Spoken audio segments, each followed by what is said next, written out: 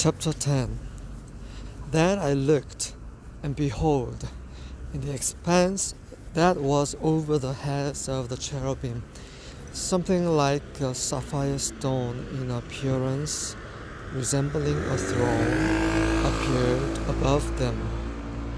And he spoke to the man clothed in linen and said, "Enter between the whirling wheels under the cherubim, and fill your hands with coals of fire from between the cherubim, and scatter them over the city." And he entered in my sight. Now the cherubim was standing on the right side of the temple when the man entered, and the cloud filled the inner court. Then the glory of Yahweh went up from the cherub to the threshold of the temple, and the temple was filled with a cloud, and the court was filled with the brightness of the glory of Yahweh. Moreover, the sound of the wings of the cherubim was heard as far as the outer court, like the voice of God Almighty when He speaks. It came about when He commanded the man clothed in linen, saying, "Take fire from between the whirling wheels, from between the cherubim." He entered and stood beside a wheel. Then the cherub stretched out his hand from between the cherubim to the fire which was between the cherubim, took some and put it into the hands of the one clothed in linen, who took it and went out.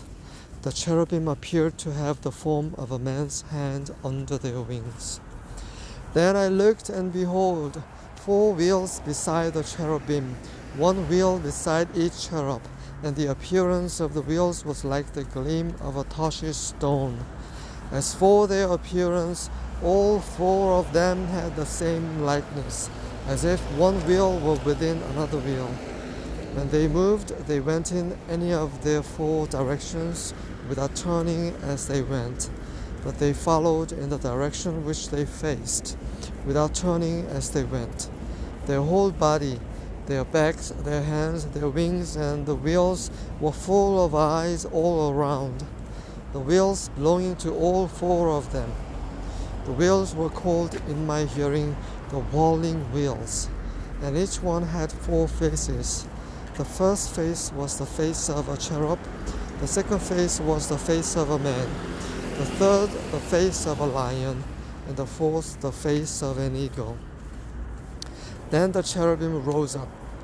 They are the living things that I saw by the river Chebar. Now when the cherubim moved, the wheels would go beside them. Also when the cherubim lifted up their wings to rise from the ground, the wheels would not turn from beside them. When the cherubim stood still, the wheels would stand still, and when they rose up, the wheels would rise with them, for the spirit of the living beings was in them. Then the glory of Yahweh departed from the threshold of the temple and stood over the cherubim. When the cherubim departed, they lifted their wings and rose up from the earth in my sight with the wheels beside them. And they stood still at the entrance of the east gate of Yahweh's house, and the glory of the God of Israel hovered over them. These are the living beings that I saw beneath the God of Israel by the river Chebar.